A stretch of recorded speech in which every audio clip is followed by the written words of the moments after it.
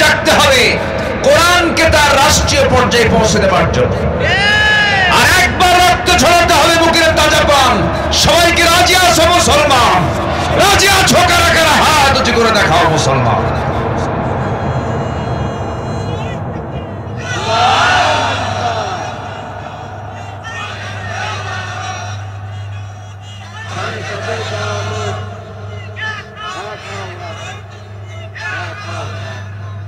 আল্লাহ কবুল করুন। জোরে বলি আমিন, আরো জোরে আমিন, আরো জোরে আমিন।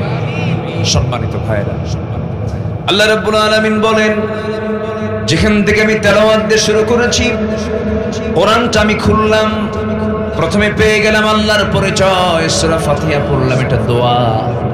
সূরা ফাতিহা পড়ার পরে মুত্তাকির পরিচয় পাওয়া যায়, হুদাল্লিল মুত্তাকিন আল্লাযীনা, মুত্তাকিদের পরিচয়। এরপরে মুত্তাকির পরিচয় শেষ হলে মুনাফিকদের পরিচয় আল্লাহ রাব্বুল আলামিন শুরু করেছেন।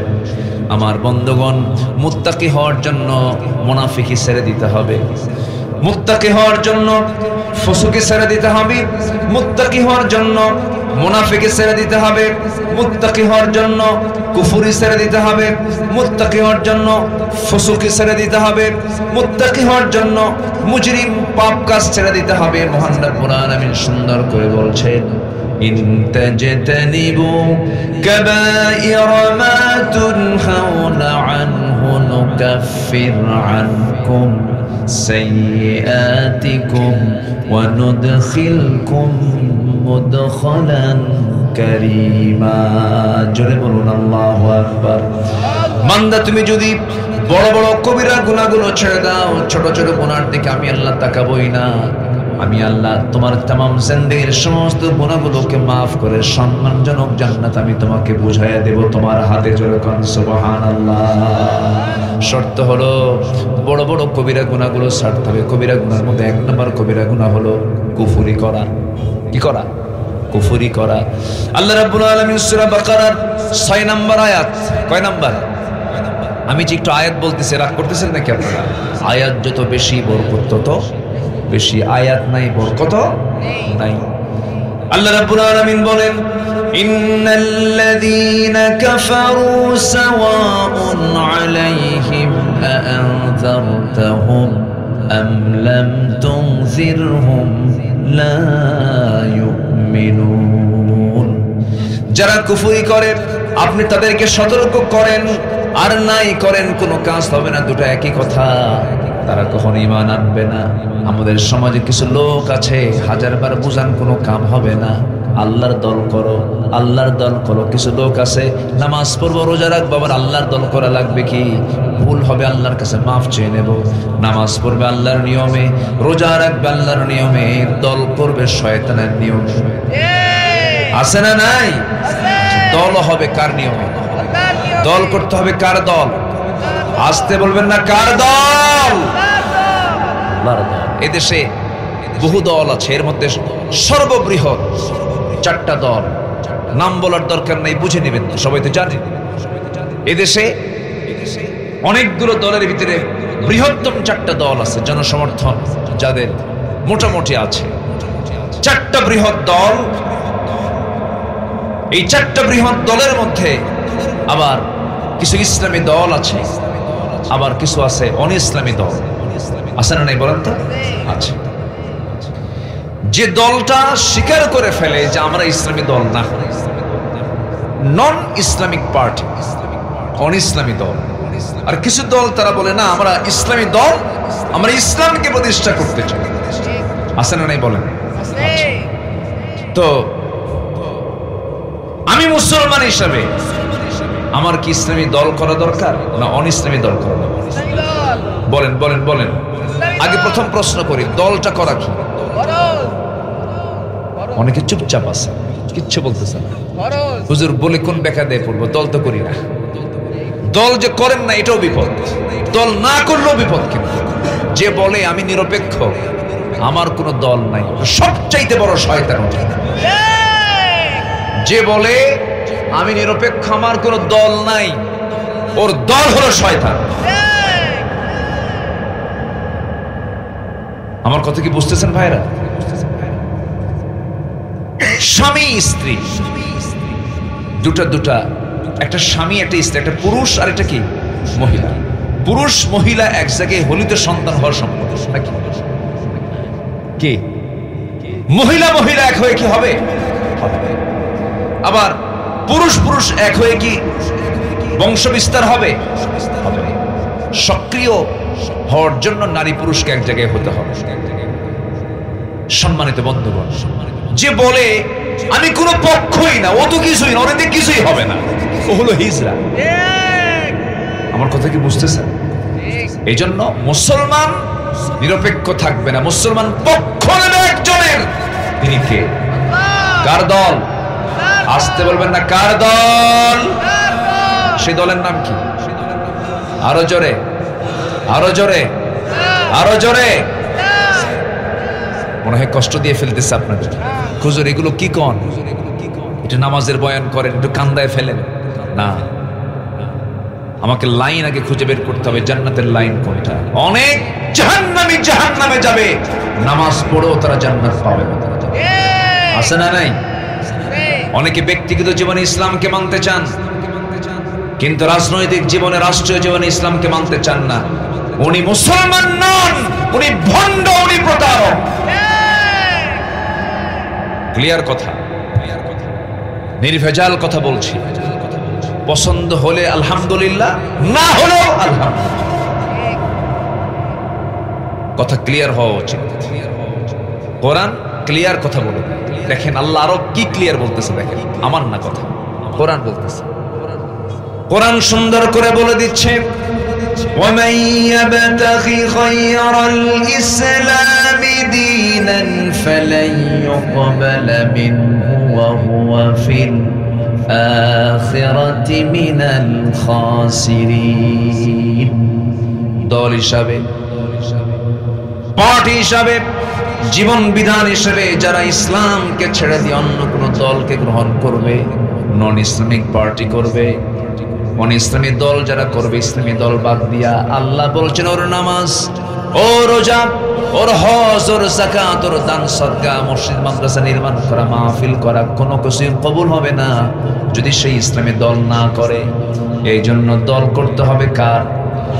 আসতে বলবেন না, কার? ইসলামটা এসেছে কার পক্ষ থেকে? আদমের দলের নাম কি ছিল? জোরে জোরে জোরে জোরে আমাদের বাপকে বলেন। আদম বলেন আমাদের বাপকে। আদম, তার দলের নাম কি ছিল? আমার নবীর নাম কি বলুন? মুহাম্মদ সাল্লাল্লাহু, তার দলের নাম কি ছিল? ইসলাম। জাতির পিতাকে আরো জোরে। এটা তো 16 বছর আটকে রাখছিল, এটা 16 বছর আটকে রাখছিল না?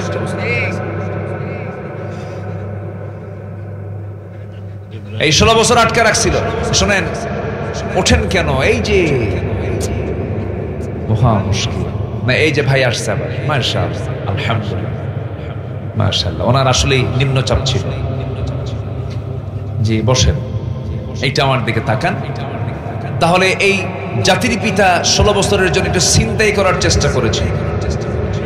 আমাদের জাতির পিতা দুজন না একজন? তার নাম কি?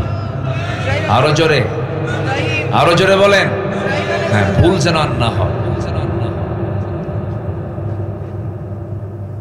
জাতির পিতা হওয়ার জন্য জোর করে জাতির পিতা চাপিয়ে দেওয়া যাবে না। জাতির পিতা ইলেকশনে নয়, জাতির পিতা আল্লাহ পাক দিয়েছেন, আল্লাহ নিজে নির্বাচন করে দিয়েছেন, নিজে নির্ধারণ করে দিয়েছেন, মিল্লাতে আবিকুম ইব্রাহিম। এমনি জাতির পিতা হননি, পরীক্ষা দিয়েছেন, পাশ করেছেন। এমন কোন সাইড নেই যে আমরা দাঁড়িয়ে রাখি সুন্নতে ইব্রাহিম। কিছু কিছু সুন্নাহ আছে যেটা সাইয়েদনা ইব্রাহিম আলাইহিস সালাম থেকে আসছে। খাতনা করি, খাতনা, এটাকে এলাকায় কি বলে? দেখছেন, এটা খাতনা মানে ওটা করলে মুসলমান হয়ে গেছে নাকি? মুসলমানই নাকি? কি নাম কয়?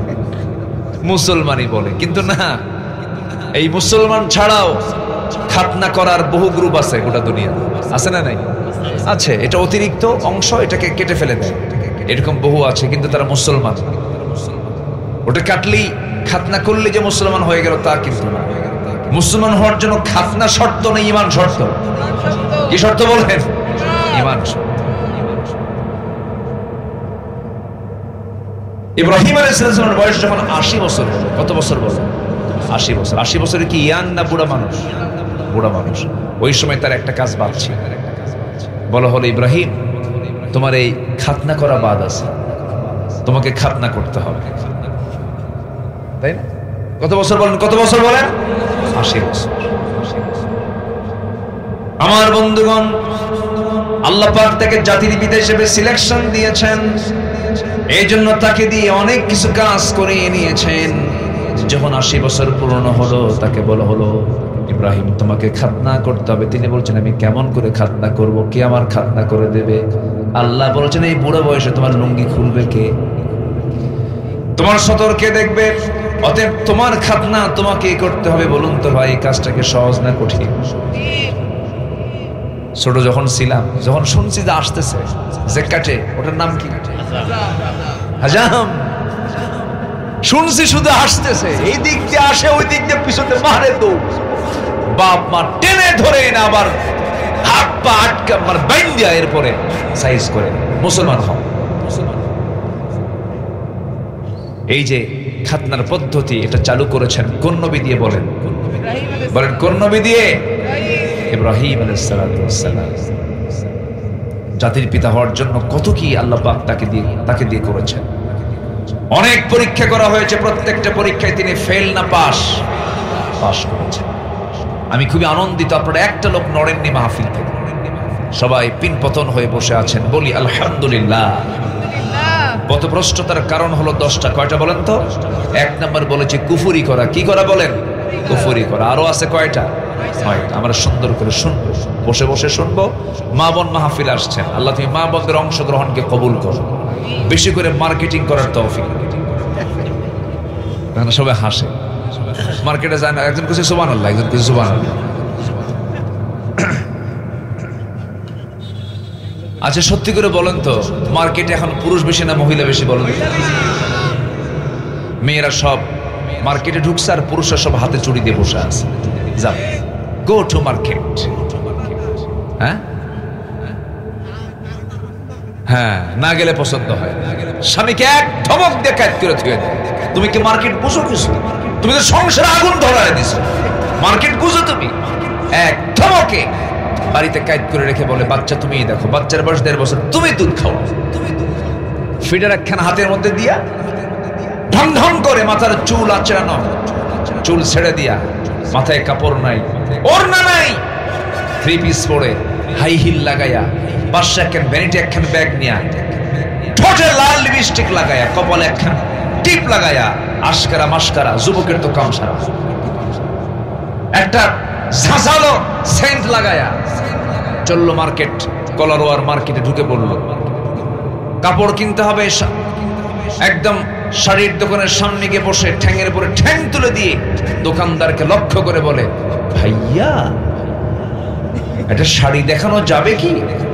দোকানদারও কম না, দোকানদার সঙ্গে সঙ্গে একখান শাড়ি বের করে নিজের দেহের সঙ্গে লটকায় দিয়ে বলে আপা এই শাড়ি কিন্তু আপনাকে দারুণ মানাবে। ওটা আরেক বদমাইশ আছে না নাই? এই নোংরামি ইমানদার করতে পারে না, এই পর্দাহীনতা ইমানদার নারী করতে পারে না। আমার মা, আপনার কথারও পর্দা আছে, দেহ তো দূরেই থাকে, আপনার কথার যে সৌন্দর্য এটাও পর পুরুষকে দেখানো যাবে। আস্তে বলে দেখানো যাবে। وقل قولا معروفا فيطمع الذين في قلبه مرض। যাদের অন্তরে রোগ আছে, কথা শুনলেও ওর মধ্যে ইশক জাগে, এটা ভাবতে হবে। ঠিক আছে না? যখন কোনো পুরুষ আপনাকে বলবে আপনার কথা তো খুব সুন্দর, তখন ভাবতে হবে আপনার কথার বিকৃতি আনতে হবে, আপনার কথার সৌন্দর্য রক্ষা করা যাবে না। যত সুন্দর করে কথা বলবে নারী, কার সাথে? পর পুরুষের সাথে। কার সাথে? স্বামীর সাথে। বিয়ে করছো? বিয়ে করে লোক বুঝবে কি?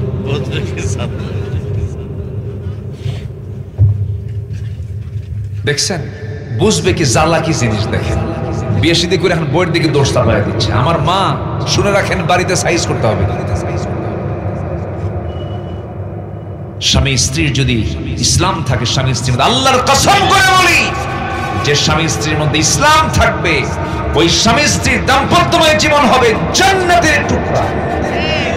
বলি আলহামদুলিল্লাহ, জোরে বলি আলহামদুলিল্লাহ। ঈমান টিকে রাখবেন, ইসলাম রাখবেন, সব কাজে বরকত দিয়ে ভরপুর করে দিবেন। তিনি আমার কে? আল্লাহ পাক। আমার বন্ধুগণ, পথভ্রষ্টতার দিকে যাওয়া যাবে না, কুফরির দিকে যাওয়া যাবে না। ঈমানের সঙ্গে এটা সাংঘর্ষিক। কুফরিটা কি? কুফরি হলো যে আল্লাহর বিধানকে অবিশ্বাস করে, যে আল্লাহর আইন কানুনকে অমান্য করে, আল্লাহর বিধানকে মেনে নিতে পারে না, আখিরাতকে বিশ্বাস করতে পারে না, পর্দার নিয়মকে মানতে চায় না, দ্বীনের নিয়মকে মানতে চায় না।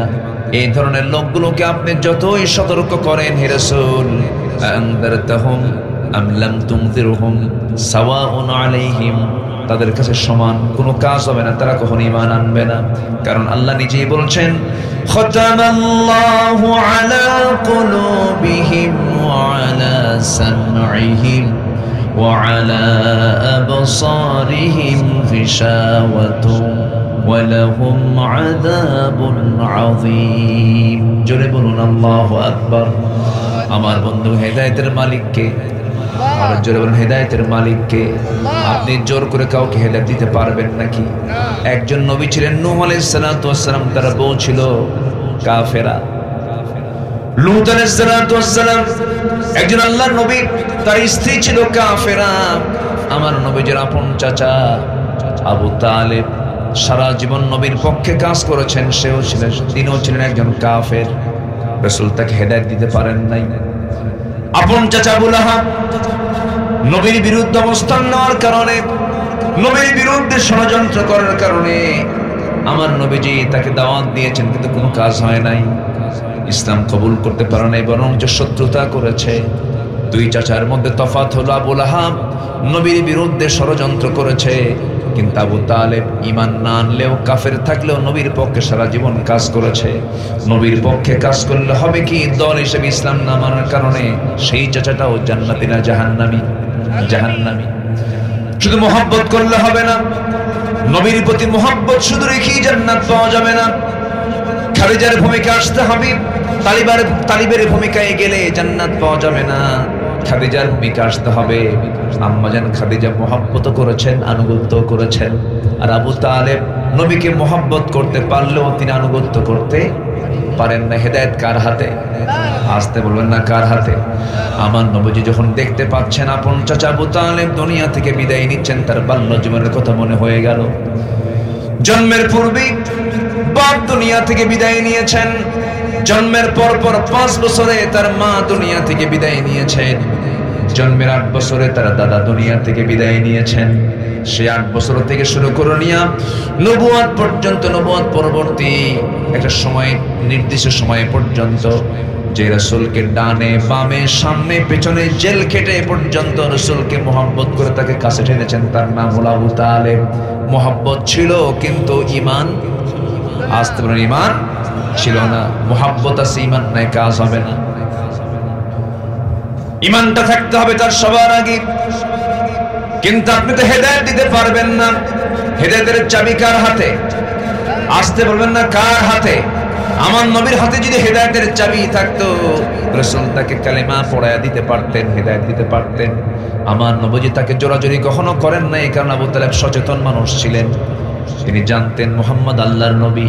নিজের দুটো ছেলে জাফর এবং সাইয়েদনা আলী রাদিয়াল্লাহু আনহুমা দুজনকে ডাক দিয়ে বলছেন, আলী, জাফর, তোমরা দুইজনই আমার ভাতিজার কাছে চলে যাও, মুহাম্মাদের দ্বীন গ্রহণ করে না। আল্লাহু আকবার বলেন। দাওয়াত দিত, বলেও দিতেন, যা আমার জাফর মুহাম্মাদের কাছে যা, আলী মুহাম্মাদের কাছে যা, কালেমা পড়। আলী, তুমি দাঁড়িয়েছো মুহাম্মাদের বাম পাশে, জাফর তুমি মুহাম্মাদের ডান পাশে দাঁড়িয়ে নামাজ পড়ো। আল্লাহ, এক আশ্চর্য। আবু জেহেল খেপে যায়, রেগে যায়। আবু তালেব সামনে দাঁড়িয়ে বলে, আবু জাহেল, আমার ভাতিজা মুহাম্মাদের একটা পশমের ক্ষতি হলে আমি আবু তালেব ছাড় দেব। কিছু করার পরও আবু তালেব জান্নাতি না জাহান্নামী? কি নাই? বলেন কি নাই? এই জন্য সবচেয়ে বড় পুঁজি আমাদের কি বলেন? জোরে বলেন, আমাদের সবচেয়ে বড় পুঁজি কি? কুফর না ঈমান? কুফর না ঈমান? শিরিক না ঈমান? বিদআত না ঈমান? এই জন্য শিরিক কুফর এগুলো হচ্ছে ভ্রষ্টতার পথ, আর ঈমান আনতে হবে, ঈমান হচ্ছে জান্নাতের পথ। আল্লাহু আকবার। আমার কথাগুলো কি বুঝতে কষ্ট হচ্ছে কিনা আপনাদের? কারো কোনো সমস্যা নাই তো? জোরে বলি ইনশাআল্লাহ। একটু ধীরে ধীরে আমরা 10টা কারণ বের হলেই আমরা আলোচনা শেষ করে দেবো। ধীরে ধীরে একটু সময় দেন আমাকে। আমার মায়েরা বসে আছে তো নাকি? মায়েরা বসে আছে তো? বলি আলহামদুলিল্লাহ। আমার নবী প্রথম দাওয়াত দিয়েছেন পুরুষ মানুষকে না মহিলা মানুষকে? জোরে বলেন। সেটা কি বাইরের না ভিতরের? ভিতরে। মা প্রথম ইসলাম কবুল করেছে একজন মহিলা। আল্লাহু আকবার বলেন। হ্যাঁ, হারামের বাসিন্দা প্রথম একজন মহিলা। আল্লাহু আকবার। হাজরা আলাইহিস সালাতু ওয়াস সালাম প্রথম ইসলাম কবুল করেছে একজন মহিলা, প্রথম জীবন দিয়েছে একজন মহিলা। আল্লাহু আকবার। মেয়েদের অবদান কি কম? অনেক অবদান। আমার নবীজি জাবালে নূর থেকে কোরআন যখন নাজিল হলো, কোরআনটার সাথে নিয়ে জাবালে নূর থেকে আস্তে করে বের হলেন। ঘর থেকে জাবালে নূর থেকে গুহা থেকে বের হলেন। 5 বছর ধ্যানমগ্ন ছিলেন, সত্যের অনুসন্ধান তিনি করছিলেন। তার কাছে সেই ফেরেশতা আসলো যে ফেরেশতা আগের নবীদের কাছে এসেছে। নবীজির হাতে আল্লাহ কালাম দিয়ে দিলেন, কোরআনে কারীম নাজিল হয়ে গেল। 5টা আয়াত নিয়ে আমার নবীজি জাবালে নূর থেকে নামলেন। নেমে ঘরের সামনে গিয়ে দরজায় গিয়ে কোরআন আনলেন, দরজা খুলে গেল। এবার বলছে, খাদিজা জাম্মিলুনি জাম্মিলুনি, আমাকে বস্ত্র আচ্ছাদন করে দাও। লাকাদ খাশিতু আলা নাফসি, আমি আমার জীবন নিয়ে শঙ্কিত, মরে যাব কিনা জানি না। তবে খাদিজা, আমি তোমাকে আজকে নতুন একটা পরিচয় আমার দেব। আমার পরিচয় তুমি সবসময় জানতো, আমি তোমার স্বামী হই, তুমি আমার বউ হও, তুমি আমার স্ত্রী, আমি তোমার স্বামী, এতটুকুই পরিচয় আমাদের। কিন্তু আজকে নতুন একটা পরিচয় দিতে চাই। কি পরিচয় আমার স্বামী? বলুন। আমি হলাম আখির জামানার পয়গম্বর মুহাম্মদ সাল্লাল্লাহু আলাইহি ওয়াসাল্লাম। আল্লাহ আমার কাছে কোরআন নাজিল করা শুরু করেছেন। আমি আল্লাহর নবী। খাদিজা, তোমার বিশ্বাস হয় নাকি? আম্মা জান খাদিজা চোখের পানি আটকাতে পারছেন না, তিনি কেঁদে ফেলে বলছেন, আল্লাহর কসম করে বলি, 15টা বছর ধরে যার সঙ্গে দাম্পত্যময় জীবন চালালাম, যার মুখ থেকে একটা লাইন বাজে কথা বলতে শুনলাম না, যিনি কোনোদিন মিথ্যা কথা বললেন না, যিনি কখনো অযাচিত কোনো আচরণ করলেন না, যিনি উগ্র স্বভাবের নন, যিনি এত সুন্দর মর্জিত মানুষ, যার মুখে একটা মিথ্যার ছোঁয়া কোনোদিন পাই নাই, সততায় ভরা, নিষ্ঠায় ভরা মানুষ, আপনি যে আল্লাহর নবী হবেন আমি খাদিজাতে বিন্দু পরিমাণ কোনো সন্দেহ রাখি না। সবাইকে সাইজ করা যায়, বউকে সাইজ করা কিন্তু এত সস্তা না। আপনি আজকে একটা নতুন যে পরিচয় দেন না কেন, বলবে তুমি কয় নাম্বার কোন জাতের লোক আমার জানা আছে। কি কথা বলছেন? স্ত্রীর কাছে সার্টিফিকেট পাওয়া কিন্তু এত সহজ না। হুজুর হুজুর মানুষ ঠিকই করে, হুজুর আমি আপনার খুব ভক্ত, কিন্তু বউয়ের কাছে হুজুর হওয়া খুব কঠিন। বউ জানে আপনি কয় নাম্বার হুজুর। এই জন্য সবার আগে ভালো হতে হবে দূরের লোকের কাছে না কাছের লোকের কাছে? কাছের লোকের কাছে। আপনি কতটুকুন মেজাজওয়ালা দূরের লোক বুঝবে না। আপনি কত বড় বদ মেজাজি সবচেয়ে বেশি জানবে কে? বলেন কে জানবে? নিজের স্ত্রী। ও আপনার ভিতরটাও জানে, ও আপনার বাইরেরটাও জানে। আমার নবীজি 15 বছর তার সামনে এমন মডেল হয়েছিলেন, বলতে দেরি হয় নাই, নিজের বাপ দাদার ধর্ম সব মাইনাস করে তিনিও বলে ফেললেন, আশহাদু আল্লা ইলাহা ইল্লাল্লাহু ওয়াহদাহু লা শারীকা লাহু ওয়া আশহাদু আন্না মুহাম্মাদান আবদুহু ওয়া রাসূলুহু। হেদায়েতের মালিককে বলে, আসতে বলবেন না কে? আম্মা জান খাদিজাকে একবার বললেই তিনি ইসলাম কবুল করে ফেললেন। সাইয়েদনা আলীর কাছে গেলেন, 10 বছরের ছোট্ট বাচ্চা, তার সামনে গিয়ে বলছেন, ও আলী আমি আল্লাহর নবী, তোমার কি বিশ্বাস হয় নাকি? আলী বলছেন কোনো টেনশন নেই, আমাকে পড়িয়ে দেন লা ইলাহা ইল্লাল্লাহু মুহাম্মাদুর রাসূলুল্লাহ। 3 বছরের ছোট, 3 বছরের বড় রাসূল, বাল্যদিনের বন্ধু, হিজরতের সাথী, দুঃসময়ের সাথী, আমার নবীর পরে যার স্থান তার নাম কি বলেন? বলেন বলেন কে? সাইয়েদনা আবু বকর রাদিয়াল্লাহু তাআলা আনহু। তার সামনে গিয়ে বলছেন, বন্ধু বন্ধু এইদিকে আসো, আমি তোমাকে আজকে নতুন করে আমার একটা পরিচয় দেব। গোটা বাল্য জীবন পার করেছেন সেই বাল্য বন্ধুর কাছে গিয়ে বলছেন, ও বাল্য বন্ধু আবু বকর, আজকে আমি তোমাকে নতুন একটা পরিচয় করে দেব। আমার পরিচয় হলো আমি আল্লাহর নবী। বলতে দেরি, উত্তর দিতে দেরি হলো না, হাত টাকা দিয়ে বলছে, বন্ধু আমি তোমাকে ছোট থেকে আজ পর্যন্ত দেখলাম, তুমি যে আল্লাহর নবী হবে সব গুণ আমি তোমার মধ্যে পেয়ে গেছি। জোরে বলি সুবহানাল্লাহ, আরো জোরে বলি সুবহানাল্লাহ। নবীজি হিজরত করে এসেছেন, নবীজি মিরাজ করে এসেছেন। মিরাজ করে এসে মক্কার ঘটনা এটা, মক্কি জিন্দেগির ঘটনা এটা। আমার নবীজি ইসরা করেছেন, মসজিদে হারাম থেকে মসজিদ আকসা পর্যন্ত তিনি রাত্রি ভ্রমণ করেছেন। আসরা বিআবাদিহি লাইলাম মিনাল মসজিদিল হারাম ইলাল মসজিদিল আকসা। এই যে ইসরা করলেন, মিরাজ করলেন, 29 সেকেন্ড সময়ের ভিতরে এই রাত্রি ভ্রমণ হয়ে গেল। জান্নাত জাহান্নাম দেখা হলো, আল্লাহর সঙ্গে দিদার হয়ে গেল। তিনি বললেন, আবু বকর, সকালবেলা হওয়ার সঙ্গে সঙ্গে বলছেন, আবু বকর আমি তো গত রাত্রে প্যালেস্টাইন গিয়েছিলাম, বাইতুল আকসা ঘুরে আসলাম, তোমার কি বিশ্বাস হয় নাকি? সঙ্গে সঙ্গে তিনি কেঁদে কেঁদে বলছেন, আমাকে এমন করে প্রশ্ন করছেন কেন বন্ধু? সাদ্দাকতা ইয়া রাসূলুল্লাহ, আপনি সত্যি সত্যি মিরাজ করেছেন, আমি আবু বকর এটাকে সত্যতা করে দিলাম। জোরে কোন সুবহানাল্লাহ। আমার নবীজি বলছেন, আবু বকর আজকে থেকে তুমি শুধু আবু বকর নও, আজকে থেকে তোমার নাম হলো সিদ্দিক। জোরে কোন আল্লাহু আকবার। শুধু সত্যবাদী নয়, তুমি মহা সত্যবাদী। কি অবিচল বিশ্বাস, কি অবিচল আস্থা ছিল, এটার নাম হলো ঈমান। এটার নাম কি? ঈমান। ঈমান এনেছেন বন্ধু, ঈমান এনেছেন তার স্ত্রী, ঈমান এনেছেন ছোট্ট ভাই, 10 বছরের শিশু সাইয়েদনা আলী ঈমান এনেছেন। কিন্তু চাচার কাছে গিয়ে বলছেন, চাচা একটাবার কালিমা পড়ে।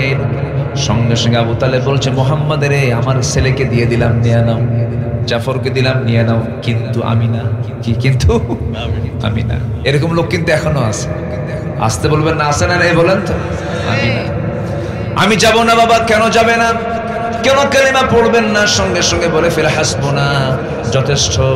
আমার বাপ দাদা যা কিছু করে থুয়ে গেছে, এর বাইরে যাব না। আমার বাপ দাদাও চোর, আমিও চোর। আছে কি না কিছু লোক? আমার বাপ এই দল করে গেছে, আমি কি ওই দল না করে পারি? আমি কি চুরি না করে পারি? এগুলো করা যাবে না। দিন গ্রহণে পারিবারিক বাধা আছে, দিন গ্রহণে রাষ্ট্রীয় বাধা আছে, দিন গ্রহণে ধনাঢ্য শ্রেণীর বাধা আছে, দিন গ্রহণে মূর্খতার বাধা আছে। এই সমস্ত বাধাকে ডিঙিয়ে দিন গ্রহণ করতে হবে। দিন গ্রহণ কোনো কন্ডিশনে হবে না, দিন গ্রহণ করতে হবে একনিষ্ঠভাবে। কার সন্তুষ্টির জন্য বলেন? আসতে বলেন না, কার সন্তুষ্টির জন্য? আল্লাহর সন্তুষ্টির জন্য। এই আবু তালেব কি দেখে নাই? আমার নবীজির বহু মুজিজা ছোট্টবেলা থেকে দেখেছেন তিনি। নবীজির জন্ম হলো রবিউল আউয়াল মাসে, 3 দিন মাত্র বয়স। কয়দিন? 3 দিন মাত্র বয়স। 3টা রাত চলে গেছে। 3তম রাত্রিবেলা আবু তালেব রাসূলকে দেখার জন্য তাদের বাড়ির মধ্যে ঢুকলেন। পাশাপাশি বাড়ি তো। এই আবু তালেব রাসূলকে কি পরিমাণ মহব্বত করতেন! নিজের সন্তানকে অন্য বিছানায় রেখে রাসূলকে বুকের মধ্যে জড়িয়ে রেখে ঘুমাতেন। আরে আমার মুহাম্মদের বাপ নাই, মা নাই, বুকের মধ্যে জড়িয়ে রেখে ঘুমাতেন।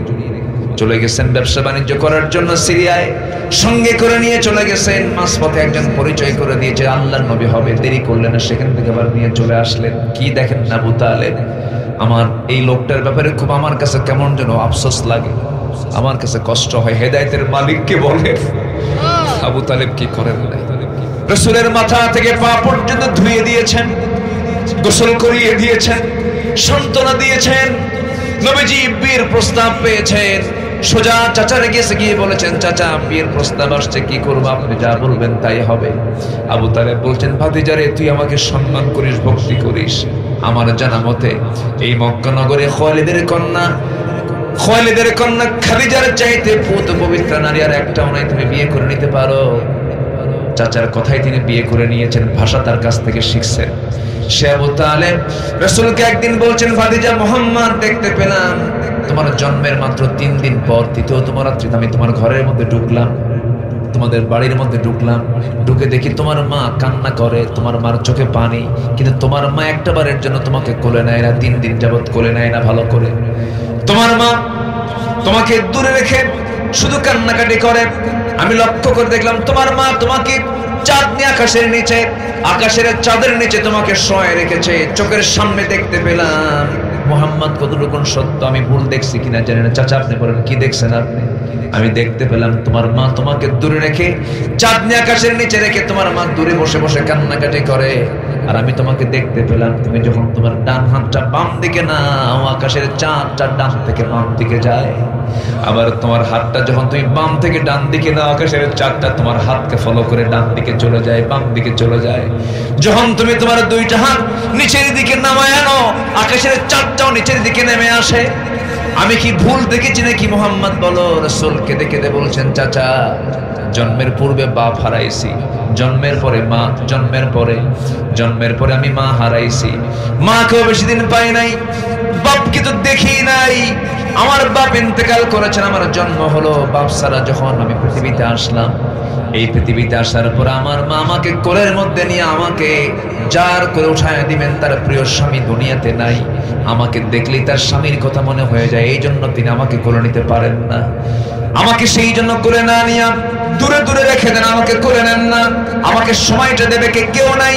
সেই জন্য মহান রব্বুল আলামিন সেই সময়টা কভার করার জন্য মহান রব্বুল আলামিন আকাশের চাঁদ আমার জন্য আল্লাহ রব্বুল আলামিন খেলনা বানাইয়া দিয়েছিলেন।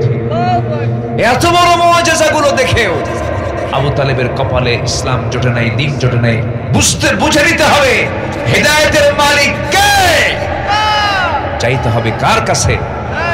আল্লাহর কাছে। আল্লাহ ইহদিনাস সিরাতাল মুস্তাকিম, এই দোয়াটা প্রত্যেক নামাজে প্রত্যেক রাকাতে আছে না নাই? বলে ইয়্যাকা না'বুদু ওয়া ইয়্যাকা নাস্তাঈন ইহদিনাস সিরাতাল মুস্তাকিম। আমরা হেদায়েত চাইবো কার কাছে?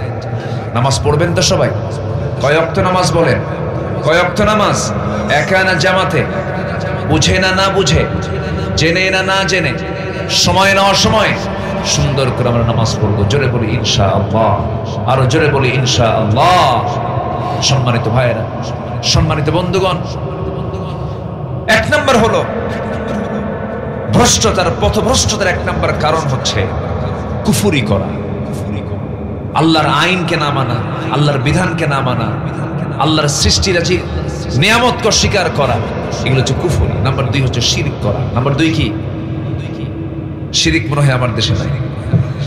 শিরিকের কাজ শুধু অন্য ধর্মের লোকেরাই করে নাকি? যেরকম এসে হিন্দু যারা আছেন তারা পূজা করেন, এটা শিরকের কাজ।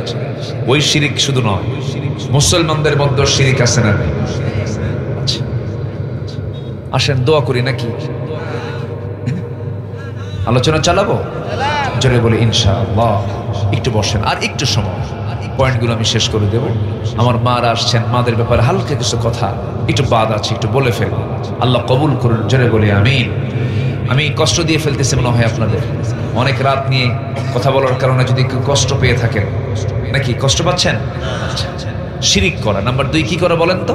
শিরিক করা। শিরিকের কাজে যাওয়া যাবে না। ধরেন কথার মধ্যে শিরিক আছে, কোনো কাজ নাই, কাম নাই, কালকে কি করে আমি কি খাবো, কি করে চলবো আমি?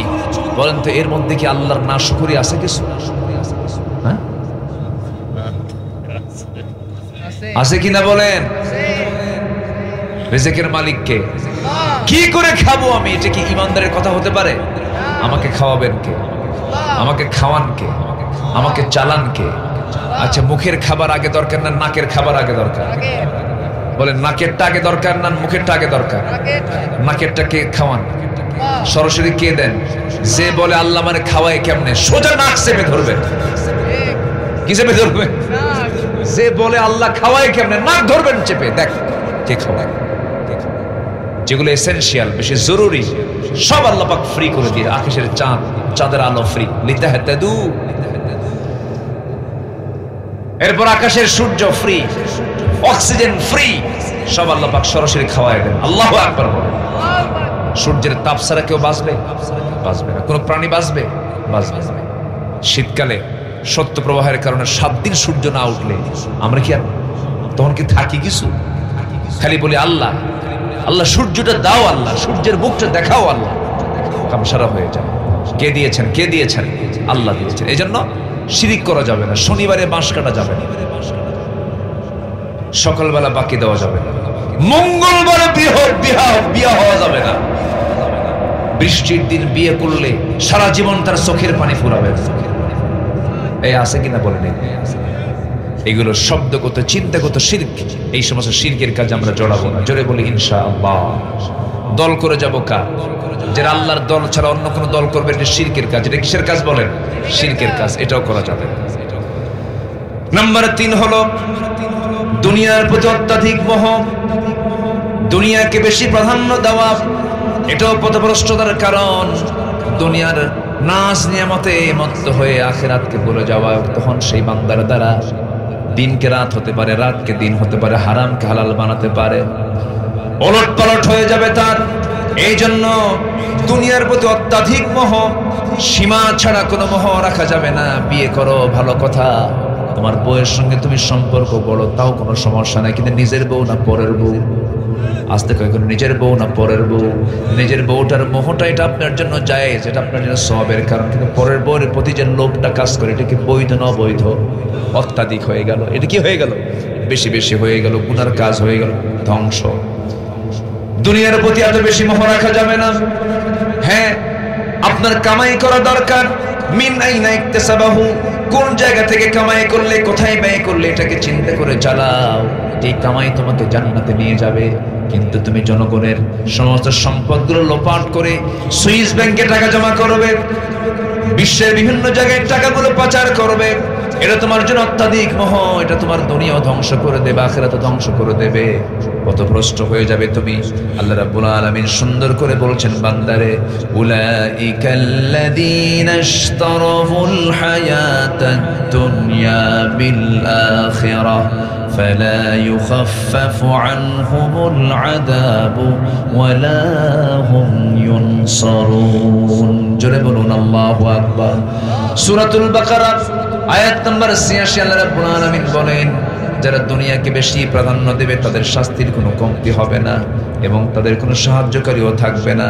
নাম্বার ৪ হলো শয়তানের যারা প্ররোচনা অনুসরণ করবে, শয়তানের যারা পদঙ্ক অনুসরণ করবে, শয়তানের কাজগুলোকে ভালো লাগবে, যাত্রা ভালো লাগে, মাহফিলও ভালো লাগে, এরকম কিছু ডাবল স্ট্যান্ডার্ড চরিত্রহীন লম্পট আমার দেশে আছে না নাই? আসতে বলবেন না আছে না নাই? বল আমি তো জনগণের এমপি, তো আমাকে সব জায়গায় যেতে হবে, যাত্রাতেও যেতে হবে, মাহফিলেও যেতে হবে। ওটা হচ্ছে বদমাইশ নাম্বার 1। এই জাতীয় নেতৃত্বের মুখে আমরা জুতা মারি, জুতা মারি, জুতা মারি। এগুলোর ধারে পাশে আমরা আর যাবো না। বহু দেখা শেষ করেছে। আগামীর দেশ আমরা দেখতে চাই আদর্শ নেতৃত্বের দেশ, কোরআনের দেশ, ইসলামের দেশ। ডক্টর ইউনূসকে আমি ধন্যবাদ দিই, যদিও তিনি ইসলামী দলের কোনো লোক না, ইসলামী ব্যক্তিত্ব না, কিন্তু তার মধ্যে কিছু ভালো দিক আমরা পেয়েছি। কিছু ভালো দিক তার মধ্যে আছে না নাই বলেন? আচ্ছা, ভালো। লোকটার নামই তো সুন্দর, তাই না? 2 নবীর নাম একসঙ্গে নেওয়া, মুহাম্মদ ইউনূস। বিপদে পড়লে কোন দোয়া বলেন? বিপদে পড়লে কোন দোয়া? আবার আমার দেশ যখন মহা বিপদে পড়ছিল সেই সময় আসছে ওকে, দোয়ার নাম কি?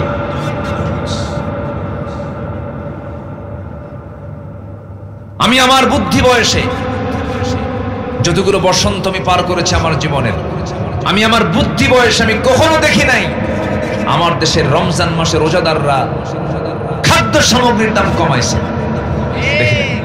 এমন রোজা রাখছে, রোজার বরকতের দাম ডাবল। ঠিক আছে না? কিন্তু দাম কমছে কোন বছর? এই দোয়া ইউনূসের বছর। কি ঠিক আছে না?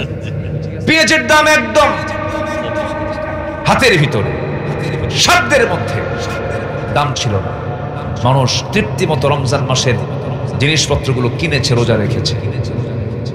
রমজান মাসে জিনিসপত্রের দাম কমানো ভালো। এই রমজান মাসে সমস্ত খাদ্য সামগ্রী একদম স্বাভাবিক ছিল। গতকালকে দিনাজপুরে আমার মাহফিল ছিল, দেখি যে আলু বিক্রি করতেছে, মানে ওদের এলাকাতে আলু হয়, আলুর কেজি মাত্র 9 টাকা। কয় টাকা কেজি? 7 টাকা, 9 টাকা কেজি হলো দিনাজপুরে, যে কালকে দেখে আসলাম। তো এই যে একটা খাদ্য সামগ্রীর মানুষের আয় এবং ব্যয়ের লেভেল একটু হলেও সমতা হয়েছে। কেন জানেন? ইসলাম না মানলেও কিছু কিছু মানুষ আছে, দেখবেন কিছু হিন্দু আছে মিথ্যা কথা কয় না, আছে কিনা বলেন? আছে না? আছে না? নাই? আপনি যদি জুলুম না করেন, আপনি যদি কারোর প্রতি যদি জুলুমের বোঝা না চাপায় দেন, আল্লাহ পাক একটা কাফেরকে দিয়ে রাষ্ট্র ভালোভাবে চালাতে পারে। জুলুম করা যাবে না। দীর্ঘ 16 বছর আমরা কি নিরাপদে ছিলাম না জুলুমে ছিলাম? নিরাপদে না জুলুমে? এই মাহফিল যদি ওই প্রেক্ষাপট থাকতে হতো, হলেও ডানে বামে কিরামন কাতিবের বসে থাকতো, আর মাঝে মাঝে হুমকি দিত, থানায় ফোন দিয়ে বলতো বক্তার গতিবিধি ভালো না, তাড়াতাড়ি ফোর্স পাঠায় দেন। কি কথা কি বুঝতেছেন? এগুলোই বদমাইশ। এখন একটা মহল চাচ্ছে তাড়াতাড়ি নির্বাচন হয়ে যাক। আমাদের দাবি হচ্ছে প্রতিটি হত্যার বিচার বাংলার মাটিতে আগে হতে হবে। ঠিক কিনা বলেন? এই প্রেক্ষাপটে যাদের রক্ত ঝরেছে, সেই রক্তের সঙ্গে বেঈমানি আমরা করতে পারবো না। সস্তা সস্তা ক্ষমতা পেতে চাও না, আমরা এটা হতে দেব না। চাঁদাবাজি শেষ হয়নি, চাঁদাবাজি এখনো আছে। চাঁদাবাজদের চিহ্নিত করতে হবে, অসৎ নেতৃত্বের মুখে থুতু দিতে হবে, বাতিল নেতৃত্বের মুখে থুতু দিতে হবে। আগামীর সরকার আমরা দেখতে চাই নামাজের সরকার, কোরআনের সরকার, ইসলামের সরকার। আমরা সব দেখা শেষ করেছি, এখন আমরা দেখবো এখন ইসলামের দেশ। আল্লাহ কবুল করুন। জোরে বলি আমিন, আরো জোরে আমিন। কষ্ট দিয়ে ফেললাম, কষ্ট দিয়ে ফেলতেছে আমি নাকি? ফজর পড়বেন কারা কারা? হাত তুলেন দেখি। ফজর পড়বেন কারা? জোরে বলি আল্লাহ আমাদেরকে ফজর, জোহর, আসর, মাগরিব, এশা 5 ওয়াক্ত সালাত আদায় করা তৌফিক তুমি আল্লাহ দিয়ে দাও। জোরে বলি আমিন, আরো জোরে আমিন, আরো জোরে আমিন। নাম্বার 4 হলো শয়তানের প্ররোচনা অনুসরণ করলে পথভ্রষ্ট হয়ে যাব। শয়তানের বহু ফাঁদ আছে। লটারি ধর, কি বলেন বলেন, কি ধর? শয়তান কি কয়? ধর লটারি। এই যে প্ররোচনা, ক্যাসিনো, ফ্রি ফায়ার, পাবজি। যুবকরা কিন্তু ঠিকই টের পাচ্ছে আমি কোন দিক দিয়ে দিচ্ছি। এই যুবকরা, এই সমস্ত অনলাইন গেমিং, এগুলো সব কার ফাঁদ? কার ফাঁদ? কার ফাঁদ? শয়তান। এগুলো করা যাবে না। ইন্নাশ শাইতান ইন্নাশ শাইতানা লাকুম আদুউন ফাত্তাখিযুহু আদুওয়া। আর শয়তান মানুষকে সত্যতার দিকে ঠেলে দেয়, শয়তান মানুষকে বিপদগামী করে ফেলে। শয়তানের কাজই হলো বান্দাকে কেমন করে পথভ্রষ্ট করে জাহান্নামের লাইনে নিয়ে যায়। এই জন্য ওই সমস্ত কাজে আমরা জড়াবো না। জোরে বলি ইনশাআল্লাহ। কোন নেশার দিকে আমরা যাব না। জোরে বলি ইনশাআল্লাহ। নাম্বার 5, আল্লাহর আয়াত বিধিবিধানকে নিয়ে যারা বাক বিতণ্ডা করে, এই আয়াত চলবে না। এই আয়াত এই বর্তমান দুনিয়াতে চলতে পারে, এরকম আছে না? বলার মতো লোক আছে কিনা বলেন? কি আইন চলে? একটা মানুষকে প্রকাশ্যে ধরে সাতক্ষীরার মোড়ে জেনা করেছে বলেই তাকে পাথর মেরে এবং সবার চোখের সামনে তাকে কতল করে শেষ করা হবে। এটা অমানবিক। দেখছেন কি মানবতা, কি মানবতা দেখাচ্ছে। অথচ জেনার ফলে এমন মরণ ব্যাধি হচ্ছে, একটার কারণে হাজার হাজার মানুষের জীবন চলে যাবে। অবৈধ জেনা মানে সেখানে অসুস্থতা, মহামারী, বিভিন্ন রোগ দেখা দিয়ে দেয়। এই জন্য জেনা আছে যেখানে, শাস্তি সেখানে দুর্বল না মজবুত? মজবুত শাস্তি সেখানে নিশ্চিত করতে হবে। আল্লাহর বিধিবিধানকে নিয়ে কখনো বাকবিতণ্ডা করা যাবে না। নাম্বার 6, অহংকার বসে আল্লাহর হুকুমকে অমান্য করা। এরকম বহু লোক কিন্তু আছে। অহংকার করেছিল শয়তান। অহংকার কে করেছিল? শয়তান। ওয়াইদ কুলনা লিল মালাইকাতি ইসজুদু লিআদম ফাসাজাদু ইল্লা ইবলিস আবা, অস্বীকার করলো। ওয়াস্তাকবারা, অহংকার করলো। আকাশ এবং জমিনে সর্বপ্রথম যে অপরাধ হয়েছে সেটা হচ্ছে অহংকার। সেটা কি বলেন? অহংকার, সে অহংকারকে চূর্ণ করে দিয়ে দেন সব সময়ের জন্য। তিনি কে? আল্লাহ পাক। আচ্ছা, এরপরে জুলুম। জুলুম হলো পথভ্রষ্টতার অন্যতম একটা কারণ। জুলুম যেখানে থাকবে, যে জালিম হবে সে পথভ্রষ্ট হয়ে পড়বে। জুলুমের কাছে আমরা যাব না, জোরে বলি ইনশাআল্লাহ। নাম্বার 8 হলো মানুষকে আল্লাহর পথ থেকে বিচ্যুত করার চেষ্টা করা। নাম্বার 9 হলো রাসূলের বিরুদ্ধে চারণ করা। নাম্বার 10 হলো ঈমান আনার পর বারবার কুফরিতে প্রত্যাবর্তন করা। ইন্নাল্লাযীনা কাফারু বা'দা ঈমানিহিম সুম্মা ইজদাদু কুফরান লান তুকবালা তাওবাতুহুম। দেখবেন কিছু কিছু লোক আছে, একবার লাইনে আসে আবার বেলাইনে যায়। আছে কিনা বলেন? আছে কিনা? এরকম যারা করবে এরাও পথভ্রষ্ট হয়ে পড়বে। আল্লাহ পাক বলছেন সুম্মা ইজদাদু, তাদের এই কুফরির এটাই বৃদ্ধি পেয়ে যাবে, এটাই প্রবল হয়ে যাবে। আসুন পথভ্রষ্টতার এই 10টি কারণকে চিহ্নিত করে, এই 10টি পথকে পরিহার করে আমরা সিরাতুল মুস্তাকিমের লাইনে উঠে যাই। জান্নাতের লাইন কয়টা বলেন? জান্নাতের লাইন কয়টা? একটা। বলুন ইহদিনাস সিরাতাল মুস্তাকিম। আল্লাহ পাক এই লাইনে সবাইকে চড়ার তৌফিক দান করুন। মা বোনদেরকে দিন মেনে, শরীয়ত মেনে, পর্দা পুশিদায় 100% থাকার তৌফিক দান করুন। খালাতো ভাই, মামাতো ভাই, দুলা ভাই, দেখা করা জায়েজ, দেখা করা জায়েজ নাই। এবং খালাদেরও সতর্ক থাকতে হবে যে বোনের ছেলে আমার বাড়িতে ঘন ঘন আসে কেন, আর সালাম ঘন ঘন দেয় কেন, খালাম আসসালামু আলাইকুম, খালাম মানে খালাতো বোন একটা আছে। এগুলো খালাকে চিহ্নিত করতে হবে। 100% পর্দা নিশ্চিত করার চেষ্টা ফ্যামিলিকে রাখতে হবে। বেড়া ক্ষেত খায়, কি ক্ষেত খায়? এলাকায় আছে নাকি কথা? হ্যাঁ, বেড়াই কিন্তু ক্ষেত খায়। দূরের মানুষের ক্ষতির চাইতে কি করে বেড়া? কাকড়। কাকড় কি? ও, বেড়া কাকড় খায়। ও, আমাদের জেলামির মহোদয় এই কথাটা বলছিলেন তার আলোচনায়। আমি কাকড় কি, আমি এটা ভাবতেছিলাম। জি ঠিক আছে। এই জন্য এই দুলা ভাই ধরেন, দেবর দেবর দেবর হচ্ছে মৃত্যু তুল্য। বলেছেন মুহাম্মদ সাল্লাল্লাহু আলাইহি ওয়াসাল্লাম, দেবর আল হামু আল মাউত। দেবরের সঙ্গে দেখা তো করা যাবে না, ধারে বসে যাওয়া যাবে না। এই কথা কি বুঝতেছেন? ভাবি দেবর দেখা করা জায়েজ। অনেকে বলে আমার বড় ভাইয়ের বউ ভাবি আমার মায়ের মতো। দেখছেন কি ফালতু বেসান এগুলো, এগুলো ফালতু কথা, এগুলো কথার কোনো মূল্য নাই। ভাবি যদি মায়ের মতোই হয়, ভাই যদি মরে যায়, বিয়ে করা জায়েজ আছে না নাই? তাহলে মা হয় কেমন? যেটা জায়েজ হয় সেটা কোনদিন মায়ের মতো হয়? কখনোই না। দুলাভাইয়ের হুন্ডায় চড়া যাবে না। কিছু দুলাভাই আছে বউয়ে তোলে না, খালি হুন্ডায় তোলে শাড়িরে। এরকম আছে কিনা বলেন? ওটা কি ভালো দুলাভাই না বদমাইশ দুলাভাই? বদমাইশ দুলাভাই। হুন্ডায় তোলে শাড়ি। এখন চিন্তা করে যে আমি যদি না উঠি দুলাভাই কি মনে করবে। বারবার বলতেছে ওঠে, দূরেই থাকে হুন্ডা থেকে, মাঝখানে গ্যাপ রেখে যেন গায়ের সঙ্গে গা না লাগে, একটু ভালোই মানে একটু ডিস্টেন্স রেখে চলে। কিন্তু দুলাভাই এমন দুষ্ট, সামনে গিয়ে এমন ব্রেক মারে গ্যাপ পূরণ। আছে না নয়? গ্যাপ পূরণ করার কোনো সুযোগ দেওয়া যাবে?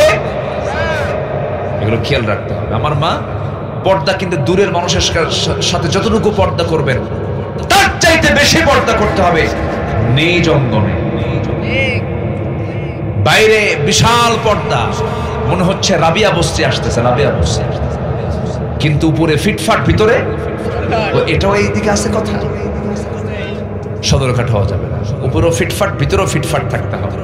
আল্লাহ পাক বাহিরেরটা দেখবে না, ভিতরেরটা দেখবেন। এই জন্য ভিতরে সদর হওয়া যাবে না, ভিতরেও কি ফিটফাট থাকতে হবে। আল্লাহ পাক মাদেরকে বোঝার তৌফিক দান করুন। জোরে বলি আমিন।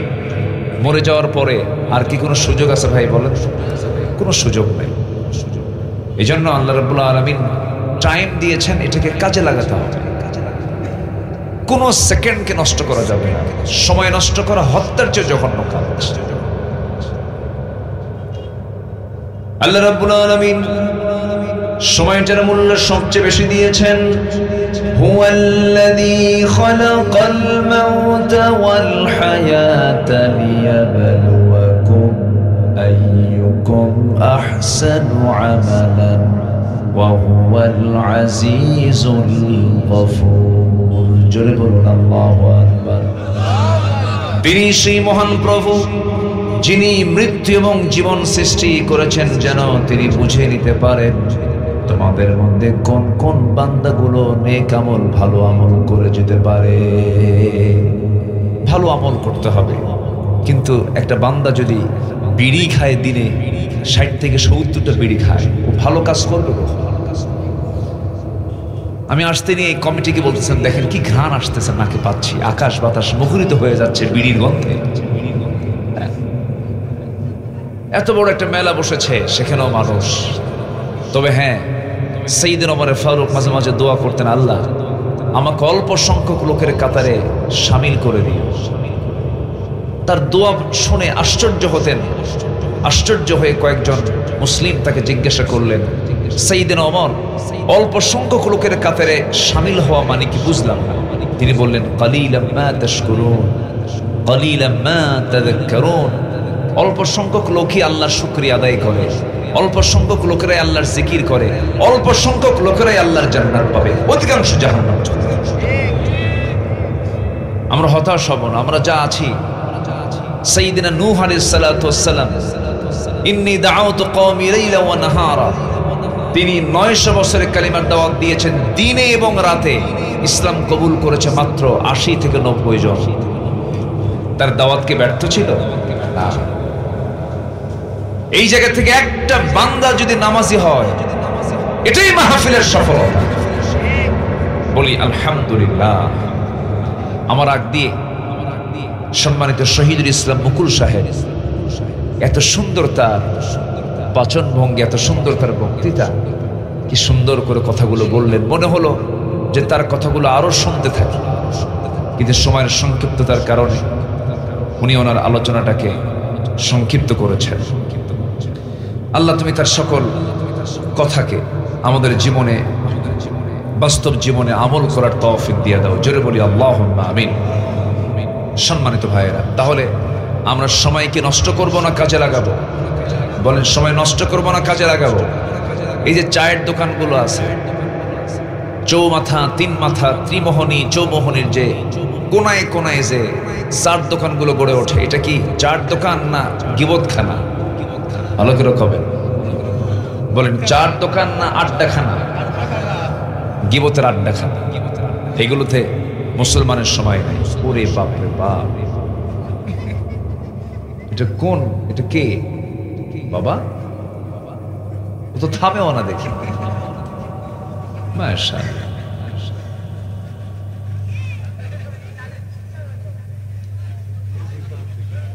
জি, জাহান্নাম কয়টা বলেন? বলেন জাহান্নাম কয়টা? এই জেলার নাম কি বলেন? বলেন, আবার বলেন।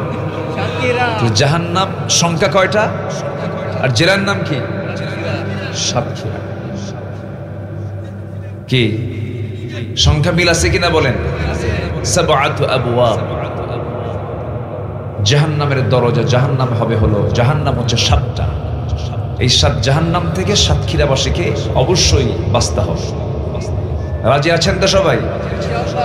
আল্লাহ তাআলা বান্দাকে জান্নাত দেবেন বলে মাঝে মাঝে বিভিন্ন জায়গায় বিভিন্ন ভাবে কথা বলেছেন। যেরকম এক জায়গায় বলছেন, আল্লাহ রাব্বুল আলামিন বলেন, হাল আদুল্লুকুম আলা তিজারাতিন তুনজিকুম মিন আযাবিন আলীম তুমিনুনা বিল্লাহি ওয়া রাসূলিহি وتجاهدون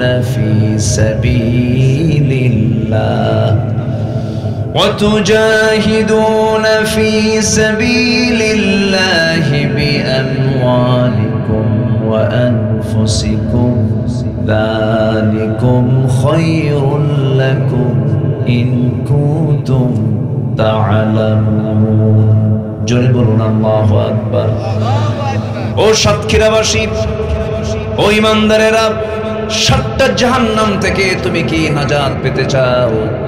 হাল আদুল্লুকুম আলা তিজারাতিন তুনজিকুম মিন আযাবিন আলীম। যে কাজগুলো করলে তুমি জাহান্নাম থেকে তুমি মুক্ত হয়ে জান্নাত পেয়ে যাবে। সেই জান্নাত পাওয়ার জন্য আল্লাহ রাব্বুল আলামিন বান্দার কি কেমন লাগবে তা পরবর্তী আয়াতে প্রশ্ন করলেন, আবার পরবর্তী আয়াতে তার জবাব দিয়ে বলছেন, এক নাম্বার পুঁজি হলো তুমিনুনা বিল্লাহি ওয়া রাসূলিহি ওয়া তুজাহিদুনা ফি সাবিলিল্লাহ। নাম্বার 1 হলো ঈমান আনতে হবে আল্লাহর প্রতি, নবীর প্রতি ভালো করে ঈমান আনো। আর নাম্বার 2 হলো জিহাদ করো কার পথে? আসতে বলবেন না, কার পথে? আরো জোরে বলুন, কার পথে? এবং সেই ঈমানের পথে কিছু ভ্রষ্টতা আছে, ঈমানকে নষ্ট করার জন্য কিছু ভ্রষ্টতার পথ আছে, পথভ্রষ্ট হওয়ার কিছু কারণ আছে যা ঈমানের সঙ্গে সাংঘর্ষিক।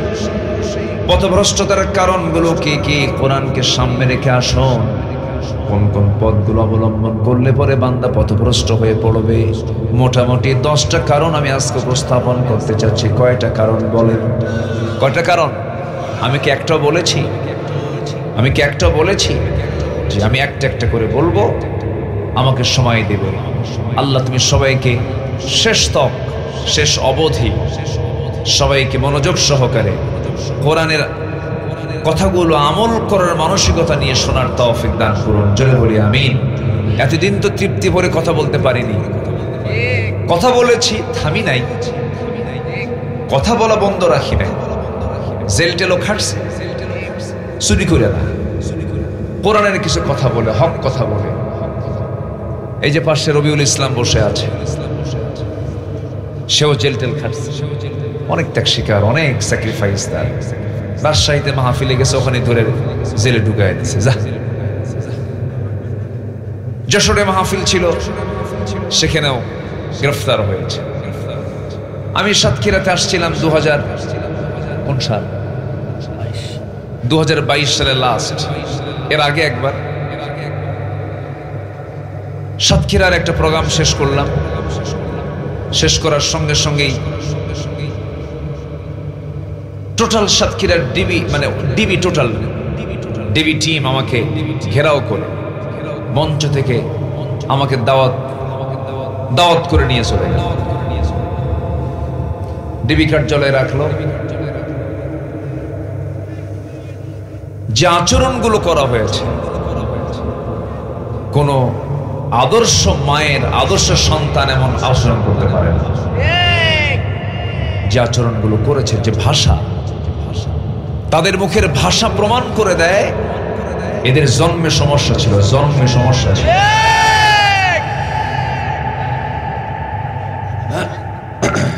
এটা কি? ড্রোন। জি, পাখির চোখে আমাকে আপনাকে দেখাচ্ছে।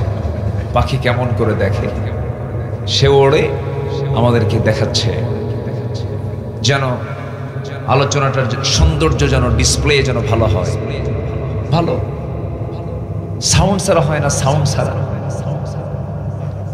পাখা ছাড়া হয় না, তো তাই একটা আওয়াজ হয়। এই আওয়াজে আলোচনার মনোযোগিতা একটু হলেও বিঘ্ন হয়। যাই হোক, হয়ে গেলে এটাকে ক্লোজ করে ফেলুন। আমার দিকে তাকান। সেই সিচুয়েশন কিন্তু এখন নাই। এখন আমরা মুক্ত মনে, মুক্ত জমিনে বসে কোরআনের কথাগুলো বলতে পারছি এবং শুনতে পারছি। কত কোরআনের শ্রোতা মাহফিলের ওয়াজ শুনতে গিয়ে ফেরার পথে অ্যারেস্ট হয়েছে। আছেন এরকম রেকর্ড? আছে না নাই বলেন? বিগত সময় 16 বছর এমন সময় চলে গেছে, রাস্তার ফকির পর্যন্ত ধরে নিয়ে তারা মামলা দিচ্ছে। রাস্তার ফকিররা পর্যন্ত নিরাপত্তা পায়নি। সম্মানিত বন্ধুগণ, যারা এই অপকর্মের সঙ্গে জড়িত ছিল তারা কিন্তু একটাও এখন দেশে নাই। সব এখন বিভিন্ন জায়গায় পালায় আছে। যিনি মূল, যিনি প্রধান, তিনি তো মাঝে মাঝেই বলতেন, এটা আমার দেশ, আমার বাপ স্বাধীন করছে। বলতেন, এরকম বলতেন। ওনার কথা আর ভাব আর মুখের ভেস্কি কাটা দেখে মনে হতো এই দেশ আমাদের কারোই না, পৈতৃক সম্পত্তি। সম্মান সম্মানিত ভাইয়েরা, অহংকার টিকে না। অহংকারকে মাটির সঙ্গে মিশিয়ে দেন, তিনি আমার কে। আসতে বলবেন না, তিনি আমার কে। যত বিনয়ী হবেন আপনার সম্মান তত বাড়বে। যখনই আপনি অহংকারী হবেন, ভাবতে হবে আপনার ধ্বংস খুবই নিকটে। ক্ষমতার মসজিদে বসে ধরাকে সরাজ্ঞান করেছেন, অনেক অহমিকে দেখিয়েছেন, কিন্তু অহংকারকে চূর্ণ করে দিয়েছেন, তিনি আমার কে। ফেরাউনকে শেষ করেছিলেন কে? নমরুদকে খতম করেছিলেন কে? নমরুদকে বিদায় করার জন্য আল্লাহ কি পাঠাইছিলেন? কি মশা বলেন? ন্যাংরা না, ন্যাংরা তো পা অচল হবে। এই মশাটা হলো অটিস্টিক মশা, প্রতিবন্ধী, চোখেও কম দেখতে, অটিস্টিক। এটা লেটেস্ট কথা। আমরা জানতাম যে ন্যাংরা মশা, ন্যাংরা মানে কি? দুই পা শুধু অচল, তাছাড়া সব শক্তিশালী। কিন্তু এই মশাটা এমন মশা, অটিস্টিক, ওর কিচ্ছু ঠিক ছিল না। আল্লাহ পাক এই মশাকে সিলেকশন দিয়েছেন। মশা দুর্বল কিছু না, কিন্তু মশা খুব মজবুত জিনিস। মশার কামড়ে এখন মানুষ মরে না। কি মশা? Dengue, Aedes. আল্লাহ রাব্বুল আলামিন সূরাতুল বাকারার ভিতরে আল্লাহ রাব্বুল আলামিন মশার ব্যাপারে কথা বলেছেন, ইন্নাল্লাহা লা ইস্তাহি আন ইয়াদরিবা মাসালান মা বাউদাতান ফামা ফাওকাহা। মশার উদাহরণ আল্লাহ রাব্বুল আলামিন দিয়েছেন। মশা থেকে অনেক শিক্ষা আছে, মিসাল তিনি দিয়েছেন। আমার বন্ধুগণ, এই মশাটা মানুষকে যে কামড়ায়, পুরুষ মশা কামড়ায় না, মহিলা মশা কামড়ায়। মহিলা মশা কামড়ায়, স্ত্রী মশা কামড়ায়। প্রজনন বৃদ্ধির জন্য রক্তের প্রয়োজন হয়। মহিলা মশাগুলো মানুষের দেহে পড়ে, চামড়ায় পড়ে, রক্তগুলোকে সে তার হুল ফুটায় নিয়ে নেয়। আমার বন্ধুগণ, কিন্তু কিছু কিছু মশা আছে বেহুশ মার্কা মশা, কিছু মশা আছে মোটামুটি স্মার্ট মশা। যখন কারো চামড়ায় বসে, চামড়ায় বসার সঙ্গে সঙ্গে সে আগে দেখে সলিমুদ্দি কি করে, সলিমুদ্দির গতিবিধি আগে লক্ষ্য করে। এরপর চামড়ায় বসে যেখানে সে হুল ফুটাবে তার চতুর্পাশে অ্যানেস্থেসিয়া করে। কি করে? অ্যানেস্থেসিয়া, অবশ করে ফেলে। অবশ করে নিয়ে এরপর ধীরে ধীরে ধীরে ধীরে হুলটা ফুটায়া পরিমাণ মতো রক্তটা নিয়ে সে চলে যায়। সলিমুদ্দিন টেরই পায় না। এটা হচ্ছে মানে সফল অপারেশন। কি অপারেশন? সফল, ওর কোনো সমস্যা নেই। আর কিছু মশা আছে বেহুশ, যখন খাওয়া শুরু করে কোনো হুঁশ থাকে না। খেতে খেতে ওর পাখার যে ওজন, ওর দেহের যে ওজন, তার চেয়ে বেশি ওজন হয়ে যায়। নড়তে পারে না, উঠতে পারে না, সেখানেই শীত হয়ে পড়ে মরে। এই 16 বছর যারা ক্ষমতার মসজিদে ছিল, এরা হলো বেহুশ ডাকাত। ঠিক কি না বলেন? এমন ডাকাতি করছে, এমন খাওয়া খাইছে, হজম হয় নাই, এক দৌড়ে মামুরে দিল্লি গিয়ে পড়ছে। উদাহরণ ঠিক আছে কিনা বলেন? ঠিক আছে কিনা? আল্লাহ পাক কত আগে বলে দিয়েছেন। এই মশা যখন রাতের আধারে আপনি যখন ঘুমাতে যাবেন, গোটা ঘর চেক আপ করে দেখলেন কোথাও কোনো মশা নাই, কিন্তু আপনি লাইট বন্ধ করে শুধু ঘুমাতে গিয়েছেন, বালিশে মাথা রেখেছেন, 10 মিনিট যায় নাই, বেশ কয়েকটা মশা দেখলেন, একটা মশাও ঘরের মধ্যে নাই। আপনার কানে, আপনার নাকে এসে সারে গামা পাধানিসা কি আছে কিনা বলেন? এই মশাটা আপনি এই জায়গায় অন্ধকারে আপনাকে চিনলো কেমনে? আপনি এখানে মানুষ নামক অস্তিত্ব সে কেমন করে খুঁজে পেল? বিজ্ঞান বলছে, প্রাণীবিদ্যা বলছে, প্রত্যেকটা মশার ভিতরে আল্লাহ রাব্বুল আলামিন এমন একটা সেন্স দিয়েছেন, এমন সেন্সর দিয়েছেন, 75 ফুট দূর থেকে একটা মশা টের পায় এখানে কোন সলিমুদ্দি শুয়ে আছে। জোরে বলি সুবহানাল্লাহ। এই মশার কথা আল্লাহ পাক কত আগে বললেন, আর এখন বিজ্ঞান এটাকে গবেষণা করে বের করেছে। আমার বন্ধুগণ,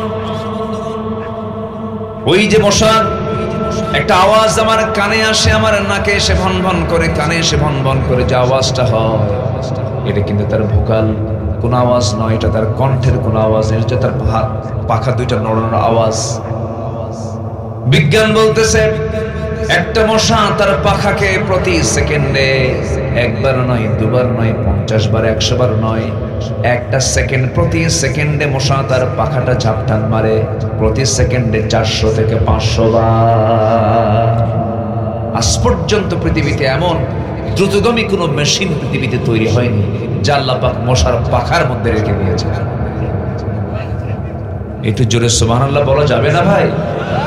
একটু জোরে বলে সুবহানাল্লাহ। সম্মানিত ভাই, সর্বশেষ এই মশাকে আল্লাহ পাক মিসাল দিয়েছেন ইব্রাহিম আলাইহিস সালাতু ওয়াস সালামকে মূর্তি ভাঙ্গার মামলা দিয়ে, রাষ্ট্রদ্রোহিতার মামলা দিয়ে যখন জাতীয়ভাবে চূড়ান্ত করা হলো ইব্রাহিম আলাইহিস সালাতু ওয়াস সালামকে আগুনে নিক্ষেপ করতে হবে, এটার চূড়ান্ত যে ফয়সালা করেছিল নমরুদ, সেই নমরুদকে শেষমেশ বিদায় করেছেন কার কামড় খাওয়ায়া? এই অটিস্টিক মশার কামড় খাওয়ায়া বিদায় করেছেন। অতএব অহংকার করার কিছুই নেই। কত বড় নেতা হয়েছেন, কত বড় পাওয়ারফুল আপনি একজন রাষ্ট্রপতি হয়েছেন, আমার আল্লাহ যদি ধরেন পার পাওয়ার কোনো রাস্তা পাওয়ার সুযোগ নাই। সব ক্ষমতার উৎসকে আসতে বলবেন না কে? আরো জোরে বলুন তিনি কে? সে আল্লাহর কাছে আমাকে আপনাকে যেতে হবে, সে আল্লাহর হুকুমগুলো মানতে হবে। আমরা কি বিপথে থাকতে চাই না পথে থাকতে চাই? বেলাইন না লাইন? এদিকে কিন্তু বেলাইন শব্দটা আছে, আছে না? তুমি তো বেলাইন চলছো, বলেন এরকম বলেন। হ্যাঁ, আপনাদের ভাষাগুলো খুব মিষ্টি ভাষা, খুব ভালো লাগে, আলহামদুলিল্লাহ। ভাষাগুলো অনেক মিষ্টি, অনেক সুন্দর ভাষা আপনারা কথা বলেন। মুর্শিদাবাদ, নদিয়া, এর সঙ্গে লাগোয়া যে অঞ্চলগুলো, এই বেল্ট অনেক সুন্দর ভাষায় কথা বলে। সাতক্ষীরা থেকে যশোর, যশোর থেকে কুষ্টিয়া, মেহেরপুর, চুয়াডাঙ্গা, এই অঞ্চলের ভাষা বাংলা ভাষা পৃথিবীর মধ্যে সেরা ভাষা। কেউ তো আলহামদুলিল্লাহ বললেন না? জোরে বলুন না ভাই আলহামদুলিল্লাহ। আপনাদের ভাষার মধ্যে কিছু আবার গহনা আছে, যেরকম মেয়েদের কি পড়লে বেশি মানায়? গহনা পড়লে মানায়। তো ভাষার মধ্যে কিছু গহনা আছে, আপনাদের ভাষার গহনা যেরকম একটা গহনা আছে, ভাত খেয়ে যাবেন বলো, এখানে অতিরিক্ত কি আছে বলেন? ভাত খেয়ে যাবেন বলো, বুঝলেন? দোয়া করবেন বলো, কি আছে কিনা বলেন? আচ্ছা, এই বলো এটা হচ্ছে ভাষার গহনা। রাজশাহীতে আবার এটা বলো থাকে না।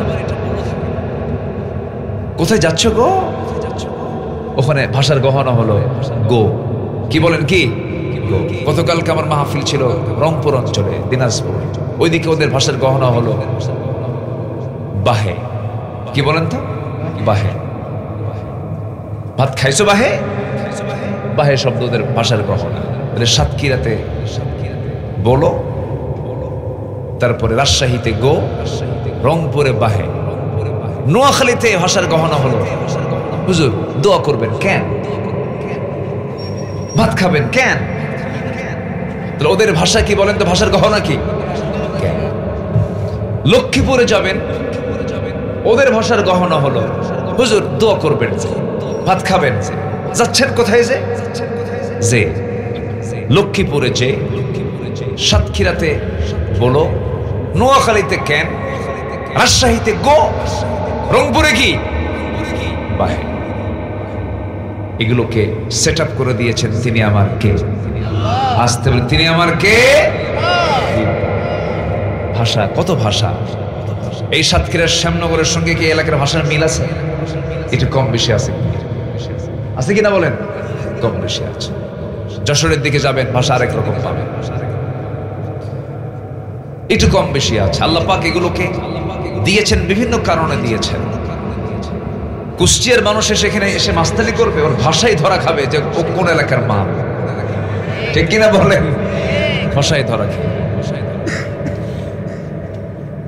কিন্তু গোটা দুনিয়ার মানুষ যখন নামাজে দাঁড়িয়ে যায়, আযান দিতে নিয়ে দাঁড়িয়ে যায়, সে সময় সবার ভাষা একরকম হয়ে যায়। সবাই বলুন আলহামদুলিল্লাহি রাব্বিল আলামিন। সবাই বলুন আলহামদুলিল্লাহি রাব্বিল আলামিন আর রহমানির রহিম মালিকি ইয়াউমিদ্দিন ইয়্যাকা না'বুদু ওয়া ইয়্যাকা নাস্তাঈন ইহদিনাস সিরাতাল মুস্তাকিম সিরাতাল লাযীনা আন'আমতা আলাইহিম গায়রিল মাগদুবি আলাইহিম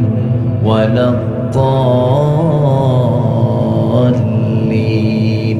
জোরে বলেন, আরো জোরে বলুন আমিন। মক্কার ইমাম কোন সূরা দিয়ে শুরু করে? বলেন বলেন বলেন। ঢাকার ইমাম কোন সূরা দিয়ে পড়ে?